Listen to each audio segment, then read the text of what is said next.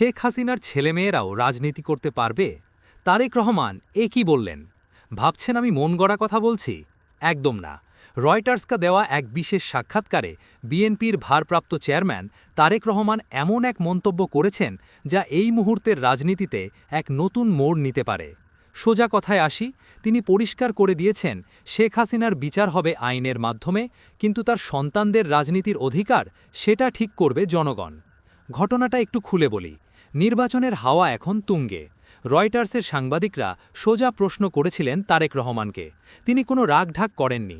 তিনি স্পষ্টভাবে বলেছেন ২০২৪ সালে শেখ হাসিনা যা করেছেন তা অপরাধ, এর বিচার হতে হবে। কিন্তু যখন তার সন্তানদের কথা উঠল, তখন তারেক রহমানের উত্তর ছিল খুবই কৌশলী এবং গণতান্ত্রিক। তিনি বলেছেন অপরাধীর বিচার হবে, কিন্তু তার পরিবারের কেউ যদি অপরাধের সাথে যুক্ত না থাকে এবং জনগণ যদি তাদের মেনে নেয়, তবে রাজনীতি করার অধিকার সবার আছে। খেয়াল করুন, এখানে একটা বিশাল বার্তা আছে। প্রতিহিংসার রাজনীতি নয়, বরং তিনি ফোকাস করছেন জনগণের রায় বা ম্যান্ডেটের ওপর। এখন আসি আসল কথায়, যেটা নিয়ে চায়ের দোকানে ঝড় উঠছে। জাতীয় সরকার। অনেকেই ভাবছিলেন হয়তো সব দল মিলেমিশে সরকার চালাবে, কিন্তু তারেক রহমান সেই জল্পনায় জল ঢেলে দিয়েছেন। তিনি সাফ জানিয়ে দিয়েছেন বিএনপি এককভাবেই নির্বাচনে লড়বে এবং তারা কনফিডেন্ট যে ৩০০ আসনের মধ্যে ২/৩ আসন তারাই পাবেন। অর্থাৎ খিচুড়ি সরকার নয়, বরং শক্তিশালী সরকার এবং শক্তিশালী বিরোধী দল, এটাই তার ভিশন। তিনি তো সরাসরি প্রশ্নই ছুড়ে দিলেন, সবাই মিলে সরকার গঠন করলে বিরোধী দলে কে থাকবে? বাংলাদেশের সাধারণ মানুষ হিসেবে আপনার জন্য এখানে চিন্তার বিষয় আছে। তারেক রহমান ভারত বা চীন কারোর দিকেই একতরফা ঝুঁকতে নারাজ। তার কথা পরিষ্কার, ১৭ কোটি মানুষের পেটে ভাত দিতে হবে, তরুণদের চাকরি দিতে হবে।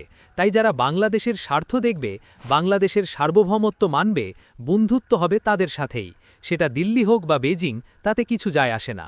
আর রোহিঙ্গা ইস্যুতেও তিনি মানবিক। নিরাপদ পরিবেশ না হওয়া পর্যন্ত কাউকে জোর করে ফেরত পাঠানো হবে না। একটা অপ্রিয় সত্য বলি, যেটা অনেকেই এড়িয়ে যাচ্ছেন।